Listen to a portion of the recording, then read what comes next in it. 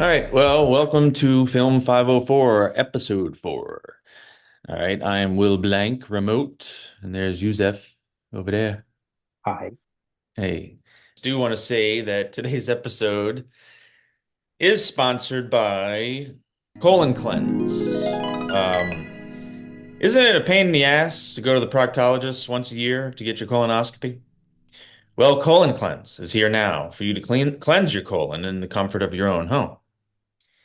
Colon Cleanse is an FDA approved lubed pipe that you can prod yourself with.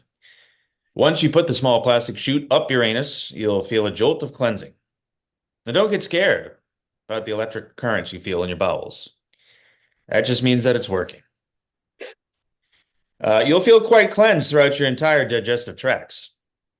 If the pipe starts humming, that means that you do have a prostate problem, giving you a sign to call your doctor. Colon Cleanse, now on your local pharmacy shelves. So. That's our sponsor for today, the episode 4, Colon Cleanse. Check it out. Thank you, Colon Cleanse. Yes. Yeah. Great product. I love it. I use it sometimes if I don't even need it. It just feels good. Yeah, I mean it's again in your private home, you can do it however you want, just as long as you can find out that you don't have a colon problem. Yeah. And I love the fact that it's portable. You can do it on the road. You can, do it while Yeah. driving. Yeah. Yeah. Yeah, you can leave it. I don't know if there's a time limit as far as how long you have to leave it in there. But I take it out when it starts to hurt. yeah. Yeah. No. I get that part. Yeah. So, at any rate, you're doing better health-wise. I get it, but Yeah, I had a bad stomach virus, but I'm good now. It went on for a little too long, but it's over now. The big thing that's been going on here is kind of film related is I just had a large film production filming on the property. They just wrapped on Friday, I think.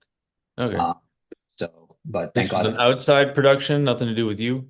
nothing to do with me. Our property has become kind of like a hotspot for films to shoot. I guess, word gets around, location scouts talk to each other, and people are like, hey, a good spot with a barn or, with Yeah. woods or whatever. I don't know what the actual production was. I just know the working title was Love's Company. It was bad. I'm just gonna be honest. It was bad. The way these things work, if a location scout comes and they look around your property, and then you talk to a producer and you kind of make verbal agreement with the producer, and then you sign a contract. And so what happened with this production is they made a lot of promises during the verbal part of the process, and then they went back on all their promises as soon as the contract was signed. So, um, Mm. we only had like one parameter. I told them like, look, I'm a filmmaker, so I want you guys to make movies. I want everyone to make movies, but we have a kid, a 2.5-year-old kid, and they wanted to film in our house and in our backyard. So we told them, okay, no problem, but there's certain times where you can't shoot. So just like nap time and bedtime, basically. Outside of that, go nuts. And of course, they were like, yeah, oh yeah, totally, we understand, blah, blah, blah. And then you sign the contract, and in the contract, there's a thing that says if the property owners or any residents on the property impede the production in any way, then you're liable for production costs. They kind of get you once you sign the contract, and all the things they tell you verbally are not in the contract. Yeah. So we sign the contract, they send us a 1 week long shooting schedule, and every single day they're shooting in our house exactly when we asked them not to. And I call the producer, and it's just like they don't care. They're just like, yeah, we know, but we have to film then, so it is what it is. It was pretty bad, I'm not gonna lie. Like, basically, completely disrupted our lives for a week, and it went beyond just like making noise. It was like, hey, We know it's 90 degrees outside. Turn your AC off. You know. Uh, hey, you can't use your kitchen for 4 days. Like it was like all this stuff that was not mentioned beforehand, and whatever. I'm glad it's over and all that, but it kind of hits me because as a filmmaker, I know that when you do stuff like that to people, it's a choice, especially on a movie that has a budget. Um, Yeah. I've made movies for fucking nothing. I made them for $5,000. I never put anyone out like that. Like we go above and beyond to make sure everyone's happy, everyone's having a good time, cast, crew, and incidentals included. Yeah. And I just can't imagine like shooting a movie and like just doing shit like that. I couldn't be able to. Even if I had millions and millions of dollars to make a movie, I would Right. never put someone out to make a movie. And you've been on movie sets, so Mhm. like you kind of know how the hierarchy works, where it's like, if you're not the star and if you're not the director, they kind of treat you a certain way. And we kind of fell into that category throughout the duration of the shoot, where they just kind of treat you like shit, and um, you're just like in the way. I hate to complain. I hate to talk shit about people making movies in Louisiana. That's like what it's all about. But it's like, you know, I don't know. I don't know. Yeah. What do you think about all that? Like, where do you stand on that? Well, no, I mean, I agree as far as need to accompany uh the person's schedule and stuff if you're using their property and house, etc. Because y'all have lives. It's not like y'all can just suspend life for however long while they're there. Yeah, I think what we decided is because it'll probably happen again because like I said, we're in the Rolodex now. People want to shoot here. Um, Mhm. I think what we'll do is because they pay you. I'm not gonna lie, they do pay you. They don't pay you a lot, but they do give you Yeah, money. sure. And I think what we would do is if they're filming like even a 100-foot radius near our house, we're just gonna ask for money to stay at an Airbnb, you know? Yeah. And there's plenty of Airbnbs like down the road in Araby and stuff like that. So I think we would just do that, and then you guys can go nuts, tear the house True. apart. But we Yeah, just that's what happens a lot, right? Because I remember working on Green Lantern, uh, and they used somebody's house in Uptown New Orleans for a good while. And those people essentially got set up somewhere to by the production yeah. to live in a temporary place for the time being.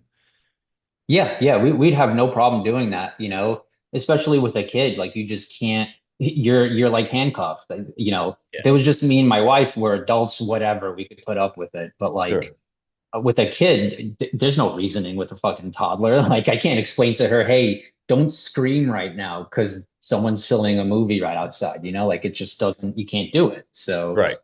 I think that's the move for us is just, okay, sure, no problem, but whatever you guys are going to pay us, just put that towards an Airbnb for us. And if we don't make money off of it, that's fine. I'd rather do that than what went on this week, which just you can't. Yeah. It's too much stress. It was just like nightmare. Was this But like a local production or somebody from out of town? these are out of towners. They used our property as like staging and holding as well for when they were shooting around the parish.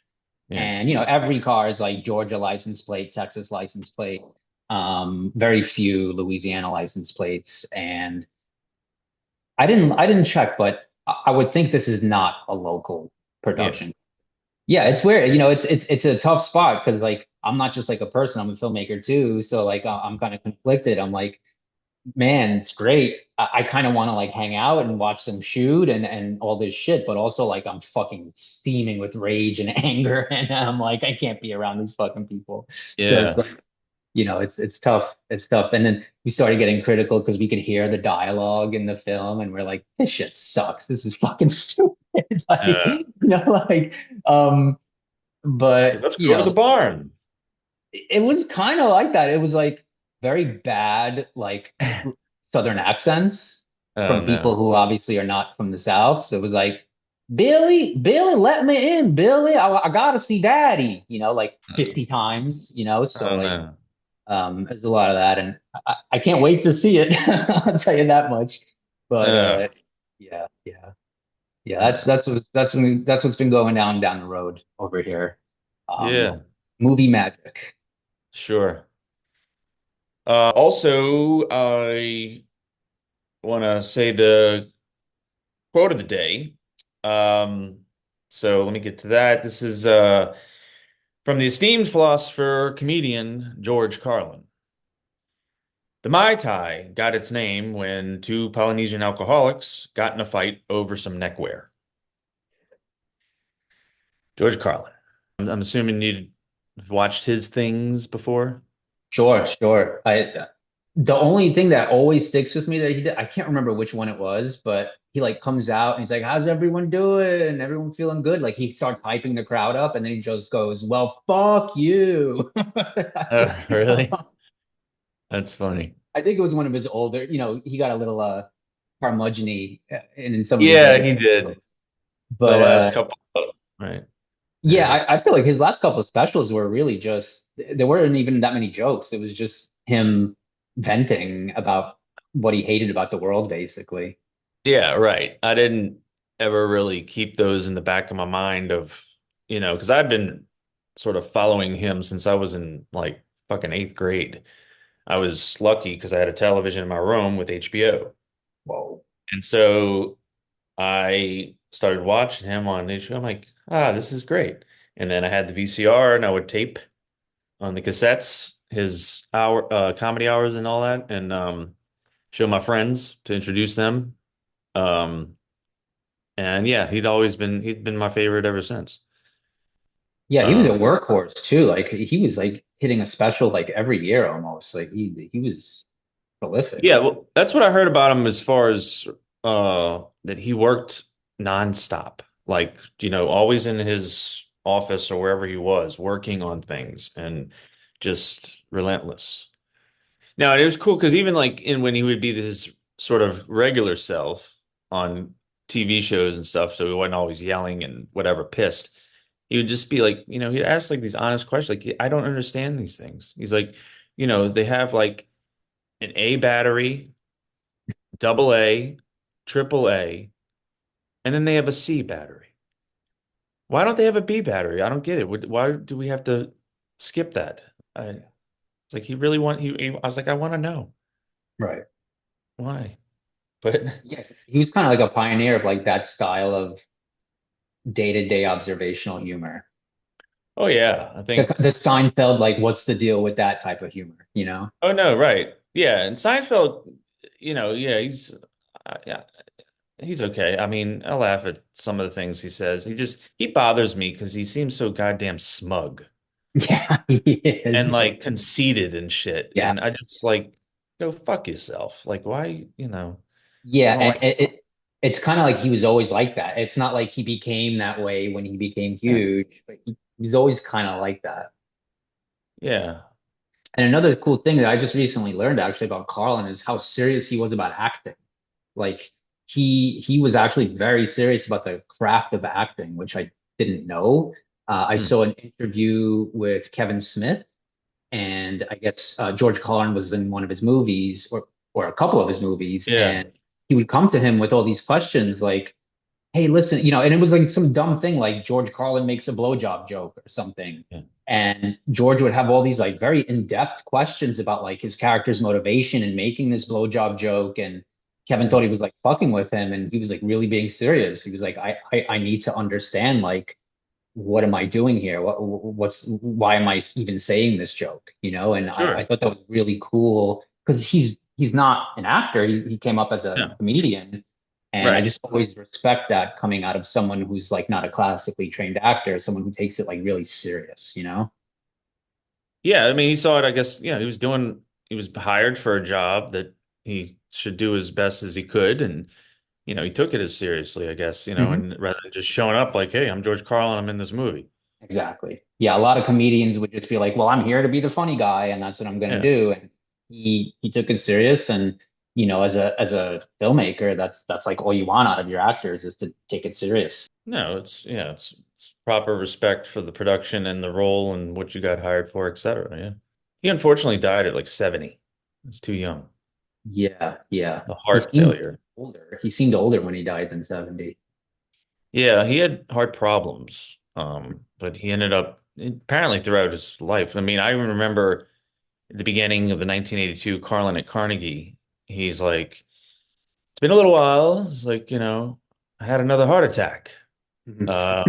Like, so if you're keeping score, Richard Pryor's had one heart attack. I've had two heart attacks. You see what happened was Richard Pryor had a heart attack. Then I had a heart attack. Then Richard Pryor lit himself on fire, and I said, "Fuck that! I'll have another heart attack." Uh, so yeah, what were we talking about before though? The oh, animals, animals. Yeah. I'm just curious, what kind of animal would you be if reincarnation was real and you came back as something, or or just even the if you had to pick, if you could pick and you had all the magical powers, what animal? It's a tough one. But I got to pick one. Don't go through like 30 of them or something. No, I can do one. Like, can I get very specific though? Sure. What? Yeah. Because like I would love to be a dog, like a good like golden retriever, Uh-huh. but I want to be owned by like, rich Upper West Side Jews. Okay. I don't want to be owned by poor people or anything Oh, like of that. course. Nothing. I was a poor person who had a dog, and I was nice to my Uh-huh. dog. But my wife is an actor, and Yeah. when we lived in New York, had to do a lot of odd jobs because she was an actor. Yeah. And one of her jobs was she was like a boutique dog sitter, and Mm. she would dog sit for these like very wealthy people, and their dogs live better than you or I live right now. I guarantee you that. And Right. that's the type of dog I'd want to be. So I guess a well-to-do dog, a well-to-do retriever. An upper class dog. Yeah, yeah, Yeah. Has like its own iPad and all that. Yeah. exactly, exactly. It has its Uh, own staff of people that work on right. it. Yeah. Right. And what a pompous dogs. Yes. What's your animal? Um, oh, dolphin. Oh yeah. Boom. Uh, dolphins are really smart. Mhm. They have sex for fun, not Yeah. just for mating or, they apparently even recorded as having foreplay with one another. Hmm. What's that like? What does that look Oh, I like? don't know. I haven't watched any kind of dolphin porn recently, but I don't know. Maybe there's a picture book out there that you could find. Rubbing Uh, blowholes or something? yeah, who knows? But and they're so kind and they love humans and they, think love just about and they love each other and maybe love anything but what they have to eat and sharks. Very social too, right? Like they have Oh little yeah. dolphin communities and stuff. Yeah, yeah. And I saw it's cool. I saw this like whatever it's on like YouTube. It was like an hour long little nature documentary that this woman was going around to different parts of the world and seeing unusual domestic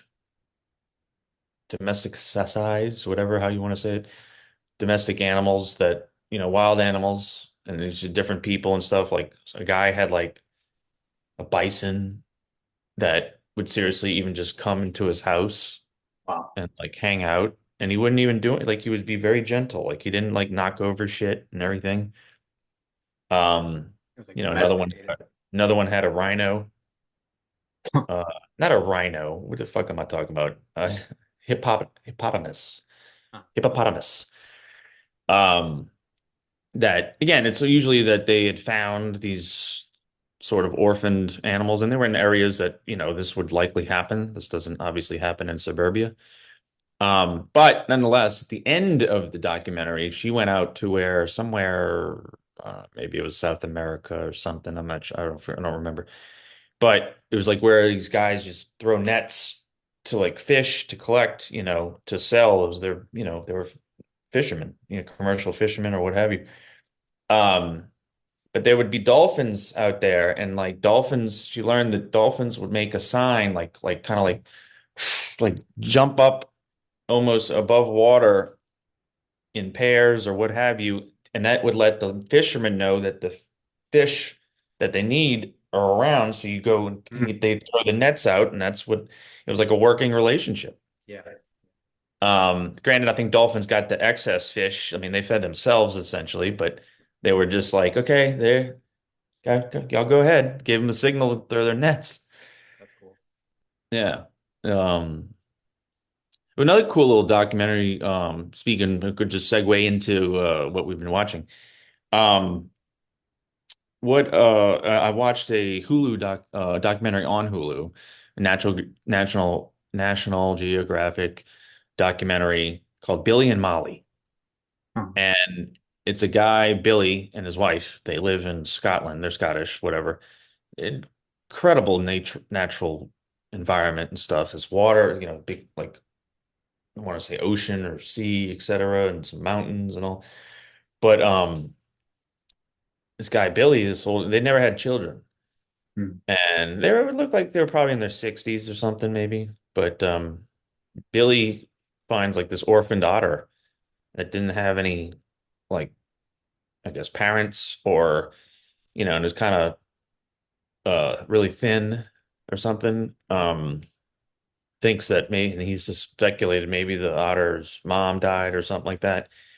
But he ends up like start caring for it and everything. And I mean, it doesn't like live at his house or anything like that. It still lives out in the water and all this other stuff. But he starts, you know, um, helping it. And he kind of falls in love with her. And, he calls her Molly and all that. And that's her, she got her name, obviously.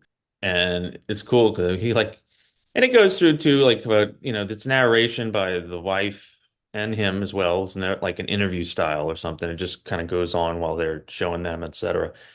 Um, but it talks about how he feels a lot for her and he kind of connects with her and all that. And then, but the wife's, sort of narrating like, well, but it's like he also has to understand that, she does have a life without him out Hmm. there, out there in the sea and all that. It goes through all that. It's really cool. And he makes like this little tiny house, and puts it out there where it has like little blankets and it has like, and because there's like cameras in there, so you can see when Molly goes in the house. And he put like a little picture of him, his picture of his wife, and a picture of their dog up on like the little wall. And so, and it's funny because then there's like one part where they are just sitting there talking, and he's like, "Yeah, so it's good because I get the bing when Molly goes in the house. She's like, she has Wi-Fi, and she's like, and the wife's like, oh, Molly has Wi-Fi and I don't, huh?" He's like, he's like, well, yeah, but Molly doesn't know she has Wi-Fi. She's like, okay, I see how it goes. Like, it's like Molly doesn't even know she has Wi-Fi and I don't have it. That's fun. So, other than that, I actually recently watched a couple of Hispanic horror films. One that I'd seen a long time ago, and I could forever, it took me a while to research like what the hell was it called because I'd forgotten it. But Archivo 253. And it's like a ghost hunting adventure. It's a documentary style that doesn't go well. And it's really good. And then the other one I watched recently was Argentinian film, or at least took place in Argentina, um, called When Evil Lurks. So that was good. So yeah, what is anything that you've gotten to watch besides your tumultuous or in the midst of your tumultuous weeks? Yeah, I guess I kind of have a double feature. These are two very popular movies. Not very cool stuff, but both were directed by the same guy and both are sequels. The first one was Aliens, which is Mhm. a sequel to Alien. Um, and the second one was the second Avatar movie, also Mm. directed by James Cameron. I don't know why. I just recently just wanted to rewatch all of the whole Alien franchise. I think it's Mhm. because a new one came out and there's been all this discourse on film Twitter about it. Which one is the best one? This one's underrated, blah blah blah. And so I watched the first Alien and the second one, and then I don't know, I guess I forgot that James Cameron directed Aliens. I know Ridley Scott did Alien, and for some Yeah. reason, I thought they were all Ridley Scott. I know that's totally not true, but I forgot that he did Aliens and forgot that Fincher did Alien 3. That was his Hmm. first film that he ever directed. But yeah, I was pretty. impressed by Aliens. Like it's an old fucking movie. I think it was like 84, 85. I don't know. It's like it's Yeah. old, but it still holds up, you know? Like um the effects are beautiful, like practical, you know, like in this day and age where everything's just computer generated. It was nice to see like real people with Yeah. real stuff happening to them. And, you know, the aliens were people in rubber suits and shit, you know, like it wasn't all just CGI. And yeah, I was really impressed by that. Also really impressed by you know, there's a lot of like little secondary supporting characters in Aliens, Mm. but they're so fleshed out. Like they're barely on screen, but they still Yeah. have so much personality and story to them. Like you could watch a movie about any one of those people, you know? Yeah. Yeah, I was really, really taken aback by how much I enjoyed it. I didn't think I would like it as much. And then Avatar 2, I also enjoyed. Obviously, speaking about practical effects, this is like on the opposite end of that spectrum. Yeah. But I liked it. You know, it's long and you know, oddly enough, I like the parts of the movie the most that are just like about these creatures living their lives in their society and the different dynamics that they have. I Mm. didn't really like the plot elements, like the we're at war against these people and blah blah blah. Like I don't know, Mm. to me that was a little formulaic, but I like world building. You know, I like it when you can watch a movie and it's like a completely alien world and you're Yeah. just watching kind of the normal shit in that world play out. So yeah, those are the two movies that I guess wanted to mention. I went down the line. I watched all the Alien. Well, I am still watching all the Alien movies. I'm now up to the newer ones that and Ridley Mm. Scott started to direct them again. Um, Okay.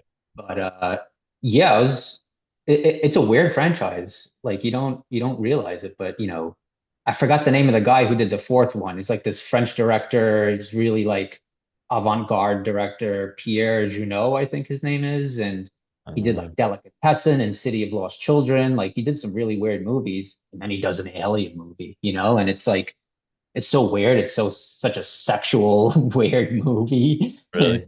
yeah, like Sigourney Weaver plays like a clone of herself who's been Okay. like fused with the alien DNA. Yeah. And she's like really freaky, like, you know, like if someone's bleeding, she'll like lick their blood and like for no reason. Like it's just like it's really like erotic. And I just thought it was cool. I was like, yeah, it's you know, some of them might not be great movies, but Mm. they all have like interesting shit going on to the point where you can like totally watch it and enjoy it and just kind of, you know, go in for the ride and stuff. So yeah, I recommend to anyone if you haven't watched the Alien movies for a while, like check them out. I honestly was surprised. I haven't seen them since I was a kid, so I like wasn't quite sure. Yeah, I honestly hadn't really seen any of them. I may have saw the original one a long time ago, but I don't remember. And I haven't followed the line of those sequels and all that.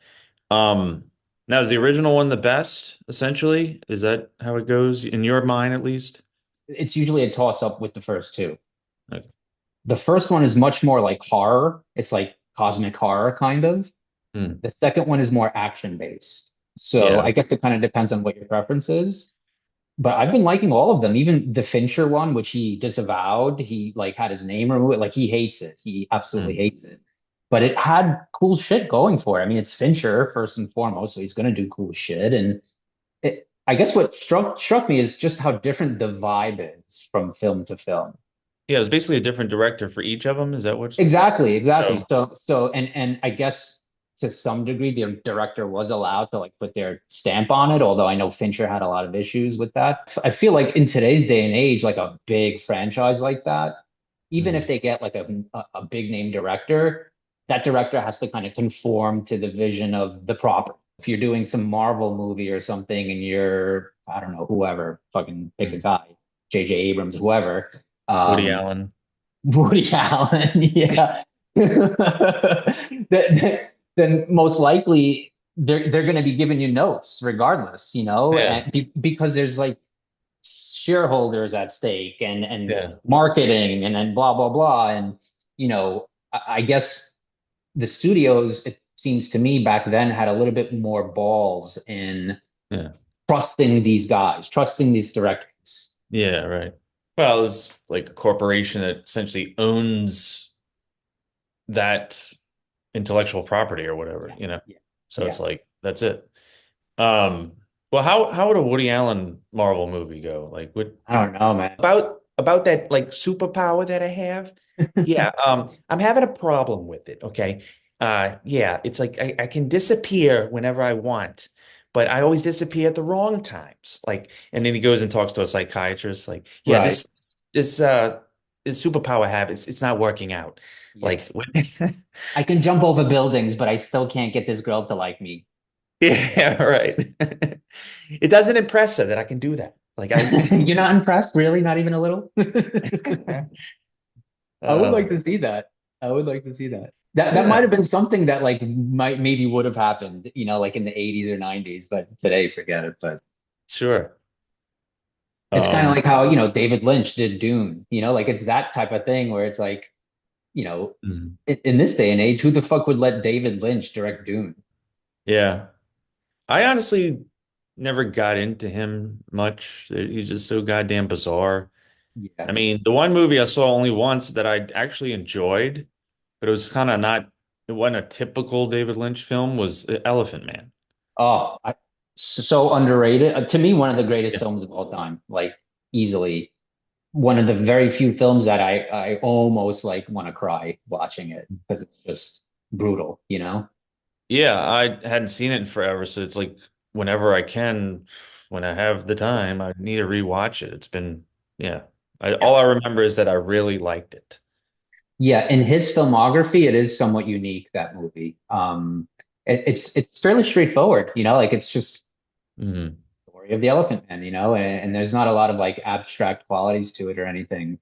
But yeah, it's such a great fucking movie. I like him. I'm a fan. I happen, I guess it's just like a matter of preference. I like weird movies, Yeah, and yeah, I yeah. like when there's like no explanation for what's going on in the movie. Like it's just I saw it in a dream, like Yeah, whatever it right. was. But yeah, I haven't seen like everything he's ever done. I've never seen Twin Peaks, unfortunately. I know people go nuts over it, but I've never seen any of it. But yeah, I, Elephant Man and neither have I. And I honestly, I don't, I think, well, maybe I probably was a teenager or something, but yeah, I couldn't even finish Blue Velvet. really. Maybe it was just so goddamn slow. And again, I was some time ago as a teenager and, I was trying and I'm like, I ended up just like, I don't know. That's all I It remember. is it is an odd movie. The first half is very slow and it's kind of just like a detective procedural kind of type of Mm. movie. And then the second half is like just complete insanity. Like it becomes like a David Lynch movie, basically. Mm. I love Blue Velvet. I love most of his films that I've seen, to be honest with you. I don't know if I think I may have, again, I've only seen these things once. Mhm. I think I remember enjoying Mulholland Drive, Mhm. but and then that's like one of the things like I just again I only can remember my reactions to these Right. films. And then like what the end you're just kind of like the fuck? Yeah. What? I mean, what? I'm lost. Yeah, you just kind of have to be like, okay, I guess that's that movie. Yeah. Yeah. Yeah, Yeah. from what I understand, Mulholland Drive is like his big fuck you to Hollywood movie. Because I know there's like a storyline that revolves around this insane executive guy who's trying to get this director to do weird stuff with his movie, and Hmm. it was kind of like his commentary on making Dune, because that's what happened to him when he was making Dune. Okay. And but yeah, Lost Highway, I love this movie that he did. Yeah, I never saw it. I know of it, but yeah. Yeah, yeah. But I Uh, get it. It's an acquired taste. Eraserhead, All right. I yeah, think I actually did watch that a long time ago just because I knew it was like a cult classic and I watched it for the sake of it. And I was yeah. just like, okay, whatever. I guess he's still alive, right? Sure, sure. Yeah, Yeah. it's actually I think he's dying. He has emphysema or something. Oh, man. Well, yeah. Anything else you're working on right now? Or you? Yeah, yeah. So I actually wanted to speak to you about this. Please. Um I'm writing something right now that I think me and you should try to bang out. It's a short film. Um well, I guess I'll brush briefly on it during the pod, and then whatever we'll hook up Yeah, after yeah, and tell you all about it. But essentially, it's really small. Right now, the script's like 5 pages or something. It's going to be like seven or something when I'm done. yeah. It would just be like you'd be the guy in the movie. But the catch is you'd be playing multiple characters. Great. But they're alternate versions of yourself. So Good. I can do it. yeah, if anyone can play you, it's you. Yeah. Uh, and yeah, it would be like, we'd have to figure it out because you kind of have to look different as when you're like your other version of yourself. So Yeah, like yeah. whatever, grow a mustache, whatever it takes. But like, but it would be like a really quick, fun shoot, I think, just on this property or whatever. Uh, basically the short pitch of it is a guy does DMT and he has this like breakthrough experience where he runs into alternate versions of himself, Yeah. and then Yeah. that's the thing. So Typical um Lifetime movie. Yes. very very basic stuff. So yeah, No. I have the first draft done. Right now it's just like a guy does a drug and this crazy shit happens, the end, like Yeah. uh, I don't really Yeah, it's want it cool. to too much more than that, but I'd like to Sure. add a little bit of meat to it. But yeah, I think it'd be cool, be fun. I think like personally, I think it's like would be really fun for an actor. I'm not an Yeah. actor, but like to sort of like everything's being driven for the most part not by dialogue, but Right. by In here.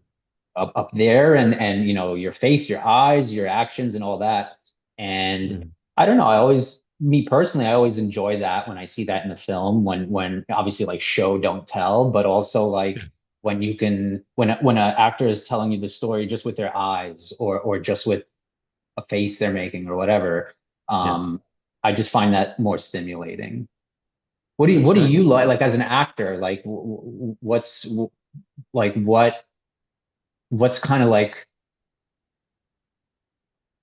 what would be your preference? Like, I know like actors love dialogue. That's kind of like the lifeblood, but like, I don't know, like what do you like as far as acting goes? I don't have any real particular favors. I mean, like, or, I can do whatever. And this also seems like maybe it's open for some maybe sort of terse improv. Oh yeah, absolutely. Absolutely. Like just, that, and I mean, again, not verbose and all that stuff. It's just, but anyway, yeah, no, I get it. I mean, I don't have any, uh, I mean, yeah, I don't, I can do, whatever it would be, and that would be fun. Cool, cool. So yeah, that's what I've been working on. I just kind of like got a bug up my ass and I was like, this is what happens to me. Like I'm not even thinking of a thing, and then it just pops into my head, and then I have to like go full on with it until something has been expressed or something. Oh, So, yeah. Yeah, and let me then I know. I'm write. eager. Yeah, I want to, like, that's a lot of why, became friends with you too, is like not only, friends, etc., but fucking do shit, man. Yeah. I mean, but there wouldn't be like a alter ego with like a Southern accent or anything, huh? Like, oh I mean, shit, we now can. I gotta go get Billy. Well, Oh, I gotta see Daddy. I'm up for anything as I'm far as that goes. teasing. No, Yeah, no, but I'm yeah, serious. Like the way it's yeah. written now, it's funny that you say that. The one of the alternate selves that you run into is kind of like a backwoods guy. Yeah. Okay. Just because I figure we're going to be filming here, so Yeah. it made No, I sense, get it. But Oh well, shit. yeah, but I'm open, to Yeah. whatever, like Ah, just that's kind cool. of Yeah. figuring it out. And yeah, I have this whole idea for it, the visuals that like I want to film it in like very high contrast black and white, but the like psychedelic effects will have color to them, Sure. And I mean, you've gotten a small taste of what the property's like. Like it's we got build big film productions shooting here, and that's Sure. for a reason. It's because Yeah. it's got a look to it, you know. Yeah. And I'd love to take advantage of that and just kind of like running around in the forest with you for a day and film some stuff and chop it together, see what we get. And yeah, it would be super low stakes, like I said, just like me and you basically, at one man crew, one man cast, and yeah, just have some Cool. fun with the camera and do some shit. Yeah, just let me know. Yeah. It'll be a Sunday thing, you know. That's my off days. Essentially, or pretty much completely free off days, whatever. But nonetheless, anyway, we can talk about it later. And just a Film 504 note to the folks that have yet to watch this. We are finally getting next week Nate Jackson, my buddy, comedian, friend, all that. We'll be remote again, with him and me and Yusuf, is that right? Okay. Um, so we'll yeah, have another guest and that's it. So I appreciate y'all and we shall see y'all next time. All right? Take care.